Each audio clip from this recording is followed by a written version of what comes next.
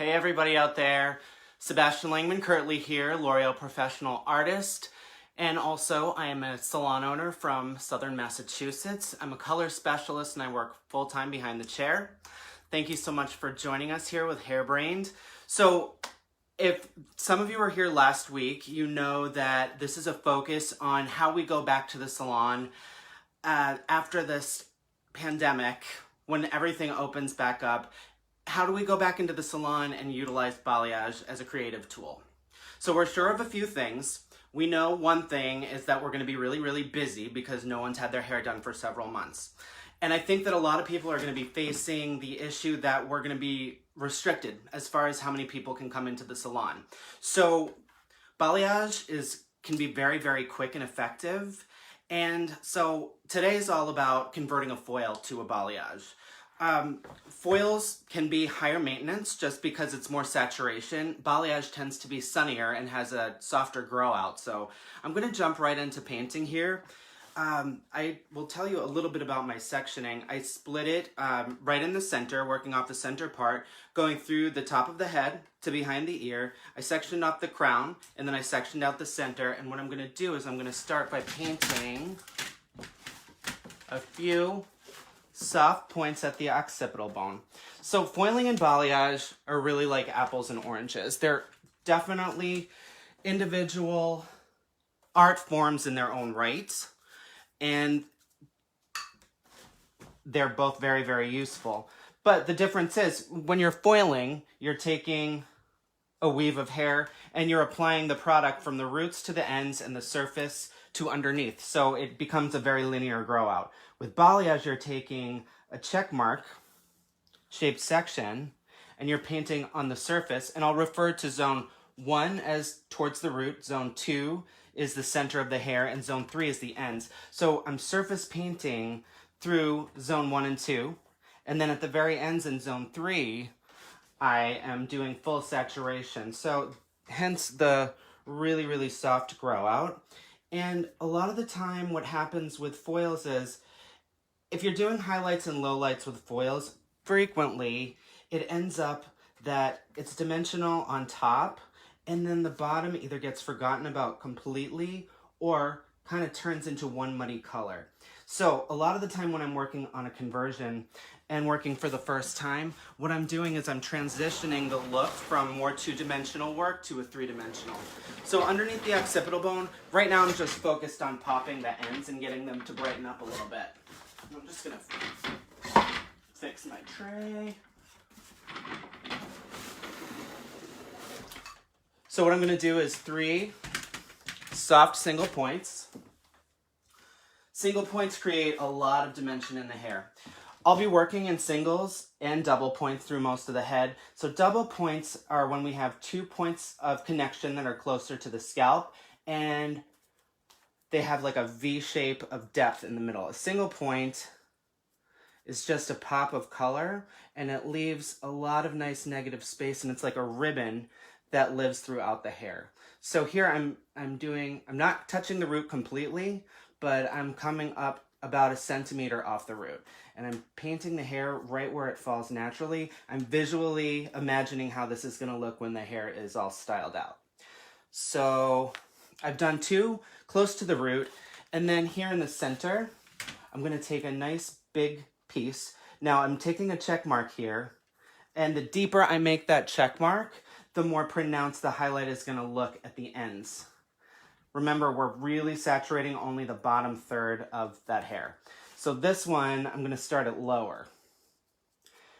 And when I'm balayaging hair, wherever I am on the head, I'm always thinking about how the sun hits the hair, and that is gonna be deeper through the interior and lighter towards the face. So even when I'm working in the back of the head and I'm brightening, I'm always going back to that thought paradigm. So I'm going down here, low elevation of the piece towards the ends, and I put zone 3 on my planchette and I just side brush it out nice and gently. Now I'm going to be working with a low light and a highlight. My highlight today, I'm using L'Oreal Professionnel Blonde Studio Multi-Techniques powder with 30 volume. And then for my low light, I'm trying to achieve a tone that's kind of close to her natural base color. So I am using Dia Light. I'm using Dia Richesse. And that is a demi-permanent hair color. I'm using it with 6 volume because I'm just depositing. And my formula is half 5.3, which is a 5 golden tone, and half 6.34. And I'm building that 3.4 in there. That's a golden copper tone. I'm building that in there because I need a filler. When we do corrective color like this and you're putting pigment back in the hair, you always need to add back in what you've removed from the hair with the lightener. So I built in a little extra warmth to that formula. Now you can see here I've taken, that's my double point, I've taken 2 points of connection towards the root, and you can see these foils, they're very linear here. So I need to just change that look from linear to more depth through the center and more pop through the end. So here I'm not using a planchette for my low light piece here. I'm just surface painting on my formula to fill in the center of that V. So I painted the 2 points in zone 1 and 2, and then I got my low light out, and now I'm going back through and I'm painting the ends. Now, if I got down too far, I'd lose the tension and I wouldn't be able to put that low light in there. All right, so now I'm gonna pop that on there. And I'm always looking to brick layer those pieces. So I'm gonna do one over here, but you can see I've got one in the center, so it's gonna create a beautifully balanced effect in the hair.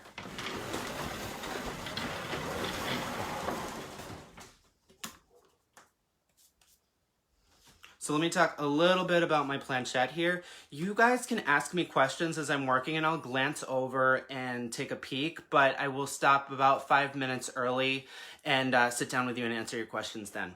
So my planchette here, I'm working with my product vertically applied. This brush is going back in my bowl of product. It never touches the hair. This brush is what I'm applying the product with. That never goes into the bowl of product because balayage is all about being neat and organized. When you do that, you can move very, very quickly and effectively through the hair. So, going back here, gonna repeat the same thing on the left side of the head. Now you can see I was looking for the perfect mannequin and I actually had this one and it just had some random foils in it, probably from a demo that I did a long time ago. So this is ideal because a lot of the time if I'm doing a foil conversion and I'm a balayage specialist, I am seeing the person for the first time. And so I'm just looking at this history of the hair and figuring out how I can turn this from a 2-dimensional highlight to a 3-dimensional highlight. So again, painting very, very softly, surface painting through zone 2, so 1, 2. Then I'm gonna fill in that negative space with my low light.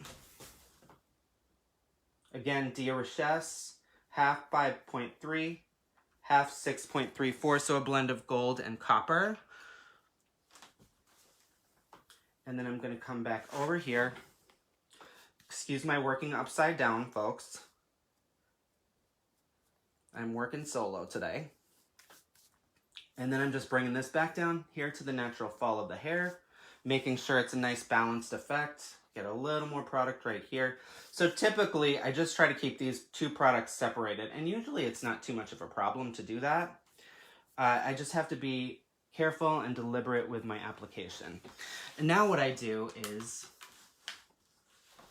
I just look here, and if I want to smudge out a little bit more depth in the center, I can pick up this piece here and make it a low light application. So I just surface paint this because this is only a few levels of difference, and I'm not painting in like a level 5 low light on like a level 8 base. It's all very soft. So I can afford to work freehand, Sometimes I'll use cotton, sometimes I won't, depending on the width of the subsection. So now I put my 2 pieces of plastic on there and I'm releasing the crown. So I'm working in wide subsections. I would not do this for every single client, but considering this is a brunette client, when you make the subsections of a brunette too close to each other, what happens is she becomes a blonde. So what I'm gonna do here is I'm just gonna take my comb and I'm gonna weave out a tiny little veil that I can make into a low light. Repeat that on both sides. Clip this back up again. And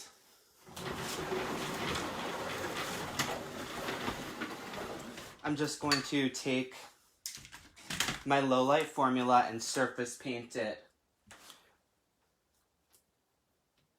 right over that veil. Now, I am really focusing my low light application on the surfaces of zones 1 and 2. I like to keep those highlights really natural looking, and natural hair, the bottom of it is usually a bit lighter. So I'm always going back to that thinking, what does natural hair look like? So balayage, light pieces of balayage, you know, they're surface painted and saturated through the ends. With low lights and balayage, you're doing the reverse of that. So your surface painting is really going to be through the ends and you want more saturation through the top.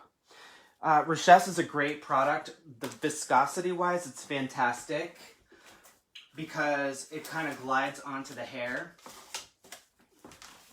It's not very hard to spread it all, but it tends not to transfer too much onto the other hair, which is great.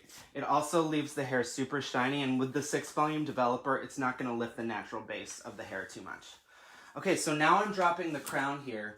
You can really see how this mannequin is lightened.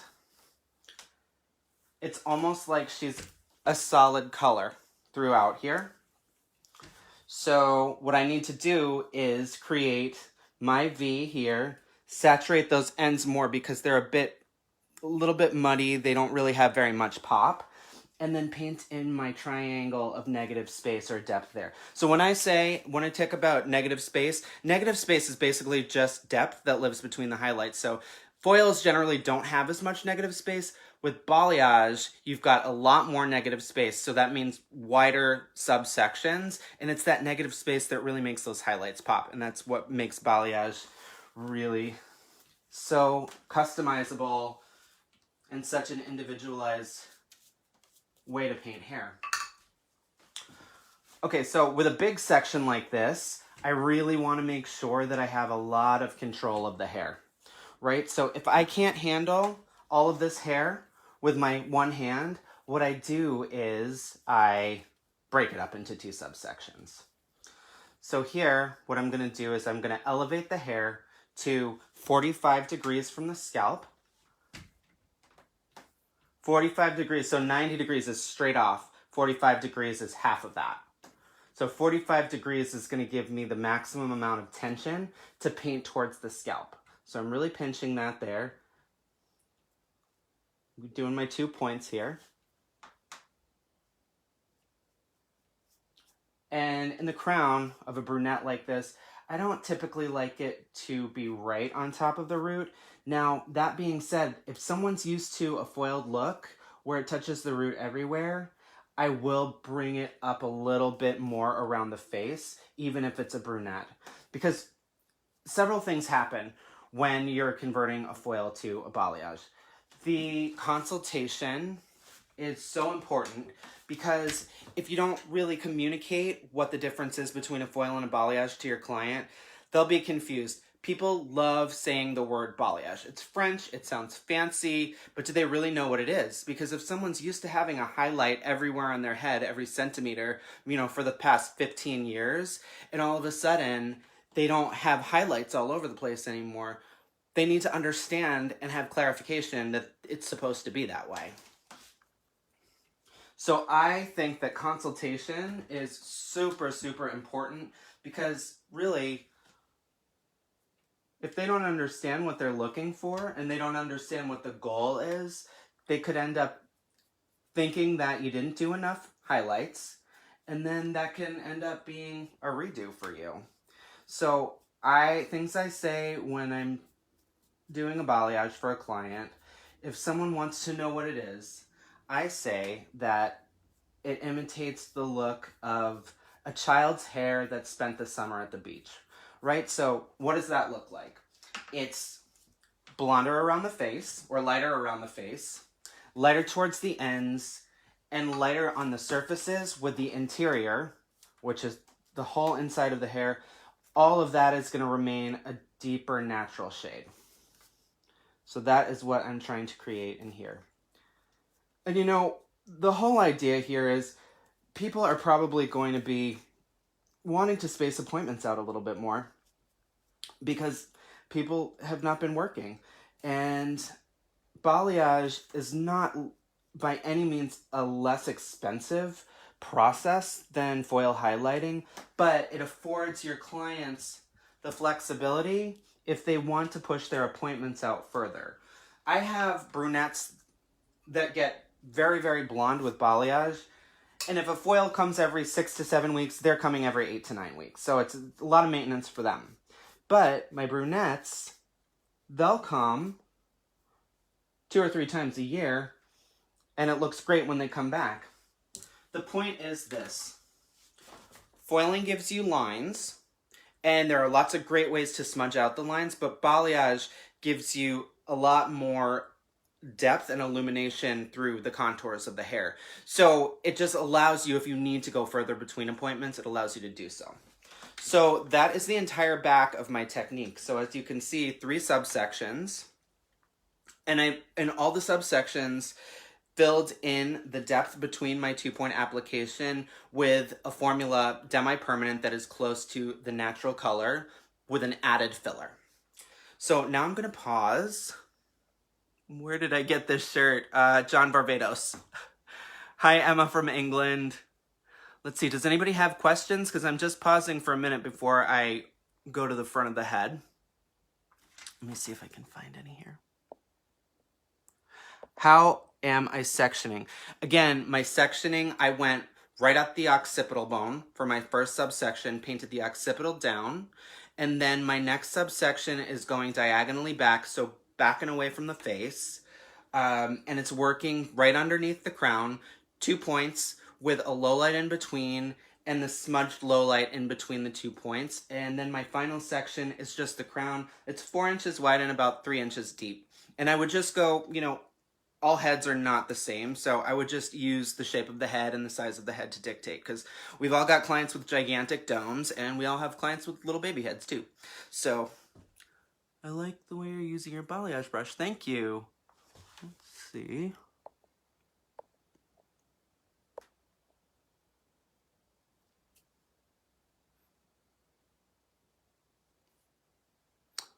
I don't understand the back section and the darker section. So at the end of this, Linda, I'm going to recap everything, and I actually have another mannequin that I can review the sectioning on. So stay tuned for that. So I'm going to put a piece of plastic here.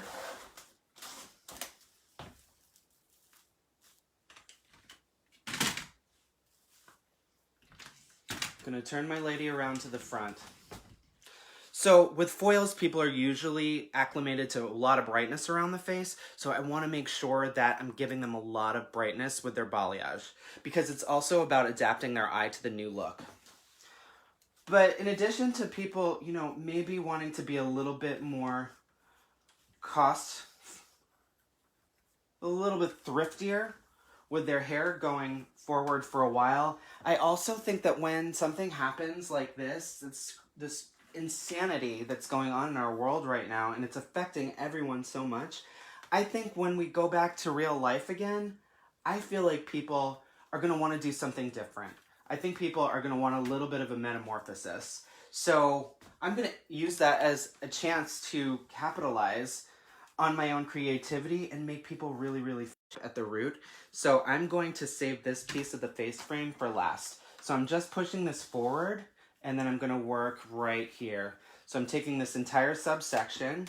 Again, look here. This is what I need to smudge out with my balayage. So taking the entire subsection,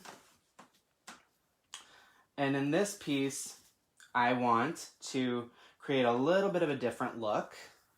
And I want to show you as many different tips as I can. So in this piece, I'm going to do, it's going to be a single point. I call this like a California. So it starts closer to the face, and I get wider as I'm working back. So that's an accent to the face, and the piece is spreading out wider. And you could see this would look really, really good with long layers, because long layers will have a diagonal back angle traditionally, and this is a diagonal back space piece here. So instead of doing 2 points, I'm going to do 1, but I'm still going to fill in the negative space in the same manner.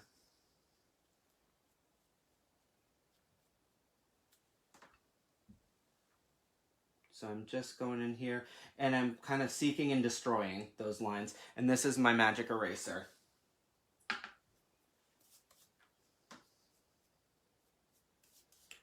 There are certainly other ways that you can go about this. This is a transitional technique, and in my consultation, I'm going to cover with my client that this process, going from foil to balayage, takes between 4 and 5 appointments. Now, there are ways that you can do it in 1 appointment. It's just going to be probably 2 steps, and it's going to be working with an all-over color first, darker at the root, lighter towards the ends, but something like that will typically fade out, and then you're going to have more work the next time. So with this, I tell my clients to achieve the full look of a balayage. It's going to look closer to it today, but it's really going to take 4 to 5 appointments to achieve it.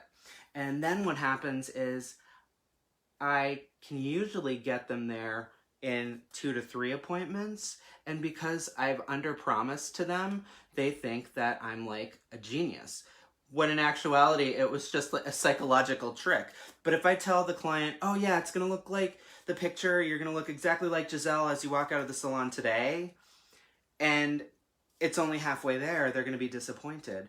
Whereas if I do it in less than I say I can, what happens is I have a client for life.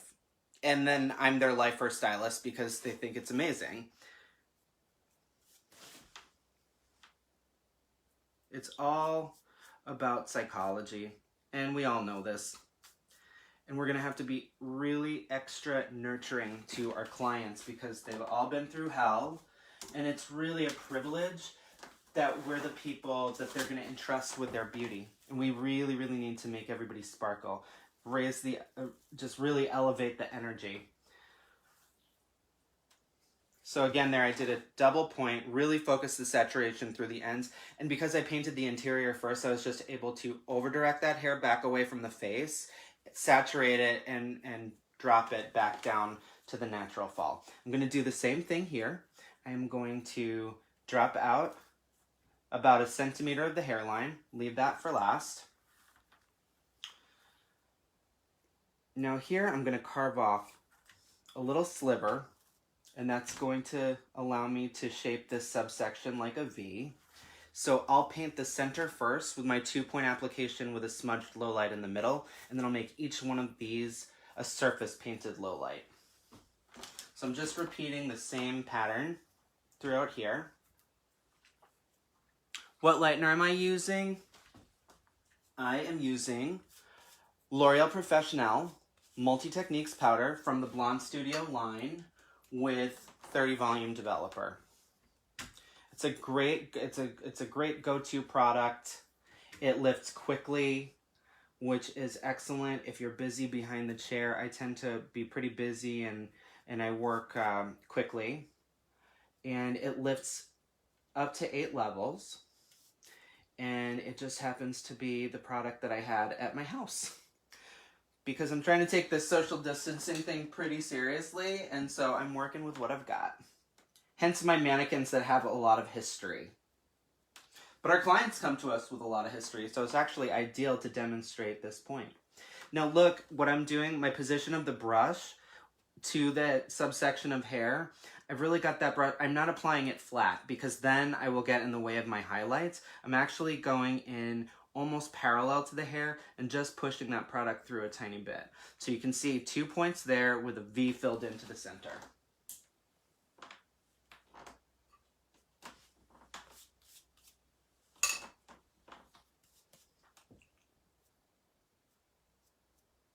Bringing those 2 points together through the bottom and really, really saturating it. So now look, you can't see anything underneath the piece. All the saturation is going to be here in zone 3. So drop it on the planchette and I paint this right in the center. If I bump up against the top of the planchette, I take the chance of wiping some of the product off. And when the product transfers off, you'll end up with a little bit of a line. Typically, with this type of a thing, I'll look at it after I gloss all my highlights, almost all my highlights, but with this type of a thing, I might want to mix in like a root shadow type of a thing just to add an additional layer of blend to the finished product. So now again, I am going in here, over directing the hair back. So when my dogs are barking, I'm working from my bedroom. When I over direct the hair back away from the face, I'm really smoothing it. Smoothing. And when I over direct the hair, it allows me to access that front hairline. And when I pull it back like that, I know exactly what it's gonna look like when it's back in a ponytail. And everybody requests lightness around their face when they have a ponytail. I don't think I've ever had a client ask me for, all I want to see is dark when I pull it back. Although, you know, changing times make new fashions, so that could be too. So before I release this back, I've just got a little bit of, it's 100% cotton coil. I'm just placing that under there so the product doesn't transfer to the subsection underneath. And I'm just going to work that, really focus that saturation on the ends. And then put another piece of plastic over it. And being able to use perforated plastic is really great. It encapsulates the heat from the scalp. So while I'm working, I know that I've got nice heat working and I don't always have to use a light. And also, it allows me to see the subsection underneath. So working horizontally like this, I need to make sure that the pieces aren't like layering on top of one another like lines. That's what I'm trying to get away from. So by using the plastic, I can see right through. And again, it's a very visual approach. So in here, again, I will drop out the front hairline. My sections are 1 inch apart. And I'm going to drop off a corner on each side of the piece that I'm about to highlight. Now, for this one, you can see it's like solid, and I want depth in here. So let me show you what I'll do. If I've got a wider piece, sometimes what I do is I paint a triple point. So triple points, it's like a deluxe double point, basically. It's got the benefits of a double, but you can cover a little bit more space with it, and it gives you a little bit more visual blend. So I paint the 2 edges first. And you can see that my elevation, I'm not lifting too high up off the scalp here, because if I do, I lose all of the tension that I need. And I'm painting here. Middle doesn't have to come all the way up to the top. A little variation is nice. And then before I move into zone 3, again, I'm taking my low light, close to the natural hair color, and I'm painting it right in between these points.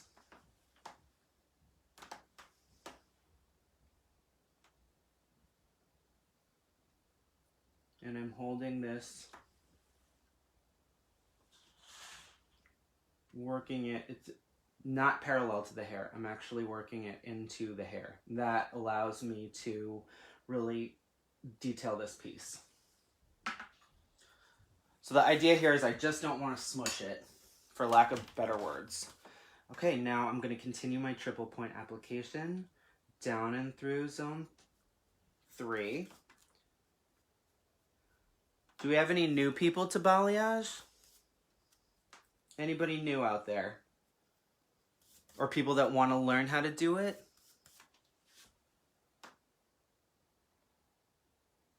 I am painting on the natural hair color, but the natural hair color is blended with old highlights that I'm smudging out. Well, my advice, if anybody's new to balayage out there, don't get discouraged at first because it's difficult. It's open air and it's very visual. And instead of working with foils and a tint brush and some lightener, you have to think about a lot of other things as well. So you're thinking about holding the planchette in your hands, you've got cotton, you've got a brush that goes in your bowl. Sometimes you have a second bowl of product. You're thinking about the tension, you're thinking about the smoothing of the hair and the elevation of the brush. I didn't even talk about that yet. So don't swear it off. If you are getting discouraged with it, just remember that practice makes permanent. You keep practicing and eventually the muscle memory will develop and you'll be good at it. But you have to keep practicing it. So, you know, if you're working in the salon and you need someone to come in, maybe the last client of the day, make that your balayage. So that way you don't feel rushed, because of course you're going to be slower at first. Just like with anything, if you're learning, you want to be more cautious. So if it's the person's in the middle of a busy day, you know what happens is you're slow, you start in the back, and then all of a sudden you're starting in the front of the head and it's going to take you another 45 minutes and you've got 5 minutes before your next client comes and she's early. So word of advice, make the balayage when you're learning, make it the last client of the day or practice on your friends. So again, focusing this brightness around the face, pulling it back and away, over directing back so I can access that front hairline. And here I've got a little bit more of a cushion there, so I'm not using cotton. Below the parietal ridge, where the head turns from round to flat, I'm going to use more cotton there.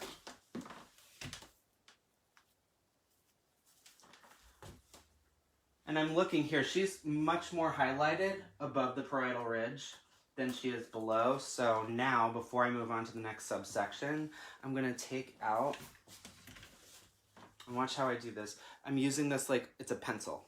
And I'm just going to do like a little micro weave out. I'm actually creating a little tiny zigzag on her scalp. And I'm taking out that veil of hair, and I'm just going to surface paint that before I move on to my next subsection.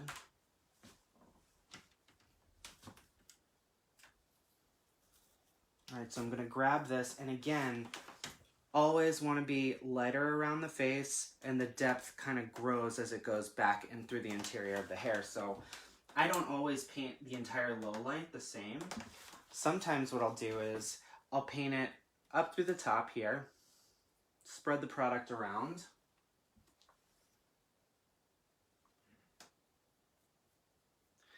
but then when I get towards the interior more, I'll feather the product down. I drop this out, so I maintain that lightness through zones 2 and 3 there. But here, I'm going to go lower with my low light through the interior of the hair. So the further back I go, the lower I'm pulling my low light piece. So I'm going to drop that out. And then I'll bring this one all the way through the bottom. Okay? So lighter to darker in the back.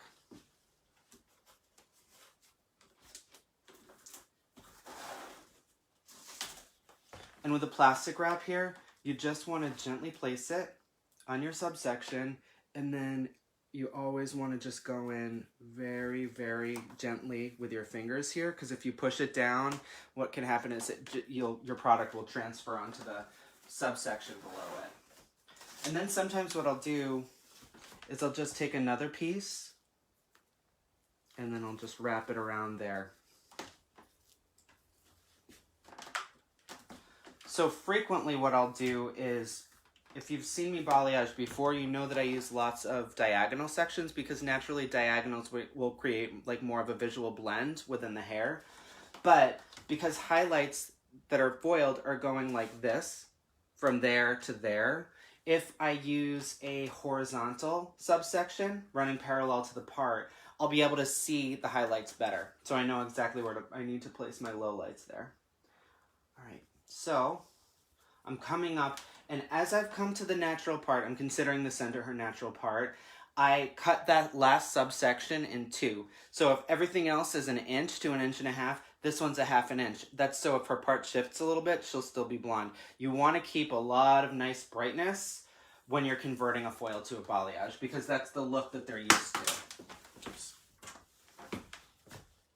So I'm going to clip this up here. These are great clips. These are Crux. They have a little rubberized band inside, so if you have baby hairs, you can just clip it right away. All right, and again, I'm gonna do the same thing. Drop out a little bit of the front here. Now this subsection's too thin to make it a double point, so I'll do a single point on that.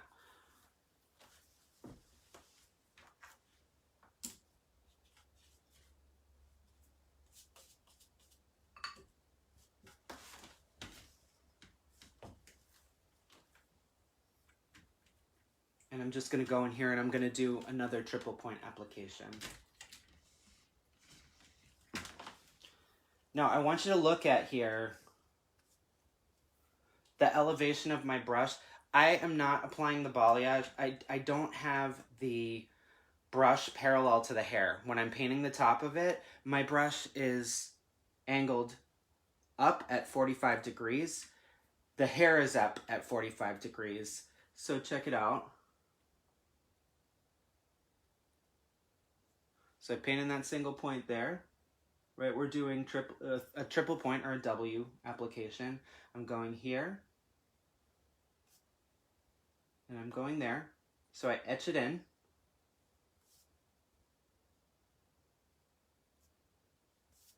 Usually after I do about 3 strokes of product onto the hair, I will put a little bit more on my planchette unless I'm needing to blend out. And then as I'm moving down, my brush goes from that angle, right, to this angle, and the hair drops lower. And then, as I'm through the bottom, that's when my brush goes parallel to the subsection of hair, and I bring the hair back down to the natural fall, because that allows me to really ribbon that product out and spread it. So now, before I go too low and lose my tension, I'm going to paint in my low light.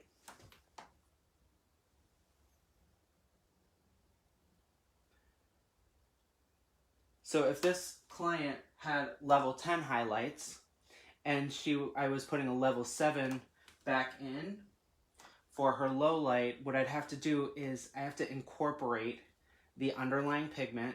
Does anybody know the underlying pigment of a level 7? I'll give you a virtual high five if you reply. Okay, time's up. It's orange or copper. So I have to add orange or copper to my formula, or else that low light's going to end up looking muddy. And when low lights go muddy, they look darker. And then if you have a blonde client who has dark stripes in her hair, she's going to swear off balayage forever. So again, know your formulation, know your technique, and clearly communicate with your client.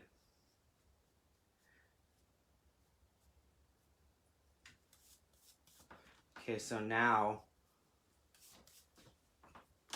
this is when I'm bringing my brush down to 0 degrees elevation, and watch what happens. I spread that product out a lot more if I have the brush through zone 3 working parallel to the subsection. So now, the hair is back at the natural fall, and when I say natural fall, what I mean is how the hair is going to live when it's like dried and styled. And then I pop this piece and side brush it in the center of the planchette so I don't get any product transfer. And then sometimes what I'll do, I'll just look underneath it and I'll just make sure that I don't have any transfer of product. Because if you see lines or spots in a piece, that's what it's going to look like when it's all dry. So another thing I love about balayage, it's totally customizable and you can actually see what's happening. So if there's a problem going on here when it's processing, you better believe that there's going to be a problem when it's all said and done in the end. So If you see something, say something or do something, just like at the airport. Okay, so I'm gonna bring this back here again, single point. And what I'm gonna do is I'll finish my last subsection because all I would do is the exact same thing on the other side. And when I'm done with that, I can do a little Q&A. So again, we're doing a foil conversion. I think it's amazing that there is so much online education available to us all. Hairbrained is amazing. They have so many amazing online programs going on. I've been watching all day, every day, and you know, I don't think any of us will probably ever have another time where we have this much downtime. So to stay creatively inspired is so important right now. And why not when we have time to? So you can, on Instagram, you can follow me. I'm at Sebastian Colorist. Hairbrained is amazing on Instagram too. Lots of beautiful images. Hairbrained Official is the handle. So definitely check it out. Okay, top section here. You can really see that this is solid. And I really just want to put that dimension back in there and make that hair look amazing. So I'm going to repeat the same thing. Dropping out that face framing piece.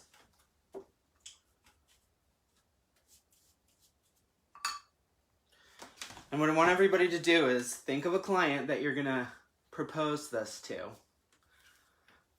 And remember, if you have mannequins at home and you have a little color, review this technique and practice it, because if you do it a few times in the first week, the information, and we see someone doing a presentation and it looks amazing, but then we walk away and we think we're going to do it and we never do.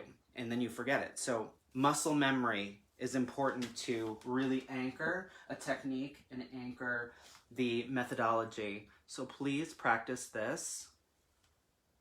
And of course, you can DM me. I'm really more active on Instagram at Sebastian Colorist, and I will love any questions. I love giving back to the industry because I love hairdressers. I think they're the most creative, generous individuals on the face of the earth, and all we're doing is trying to make people look their best. And I said this on my last live presentation, but I know that beauty comes from within, but when someone feels great, they're gonna have good energy shining forward. And that's what we need right now in the world. So again, here, just smudge a little tiny bit of product. Less is more.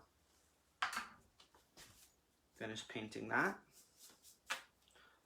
I left out a little piece in between my two V-shaped sections, and I'm gonna smudge the low light through zone 2 and dry brush over zone 3.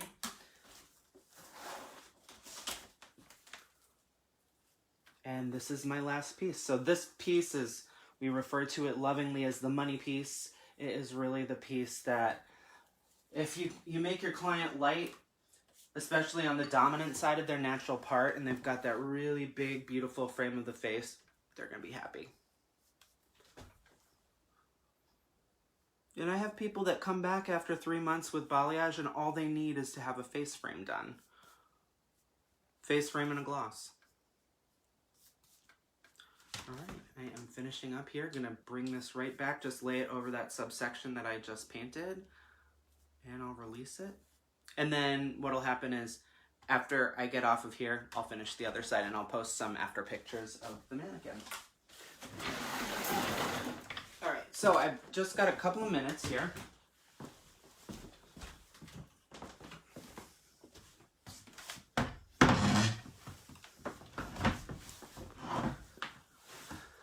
Will I tone this? Most of the time I will refine the tone a little bit, especially when I'm working with two different formulas and I've got different porosities through the hair. So yeah, I probably would tone this. You know, if I was working with this exact palette, I'd probably go with something warm to bring it all together. I absolutely love working with Dia Light because it doesn't shift the base. Dia Light from L'Oreal Professionnel is an acidic base toner. and it is not scientifically able to shift the natural base of the hair, so it won't warm it. What are the plastic wraps brand? Okay, so that plastic wrap is actually from a wholesale club, and we just wrapped it with cool looking stuff because I go through a lot of it at the salon. So it has one of the zip across things, and I can just move through a technique quickly.